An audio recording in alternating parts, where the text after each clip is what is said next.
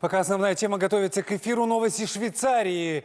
Женевская прокуратура по заявлению БТА-банка расследует уголовное дело против Ильяса Храпунова, сына экс-акима Алматы и Восточно-Казахстанской области Виктора Храпунова. Об этом заявили в пресс-службе финансового института. Ильяс Храпунов подозревается в отмывании средств банка.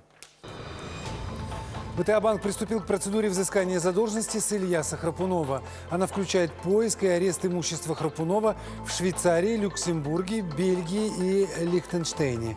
Эти действия осуществляются на основании решений Высокого суда Лондона от 21 июня 2018 года и в соответствии с международными соглашениями, заключенными между странами ЕС.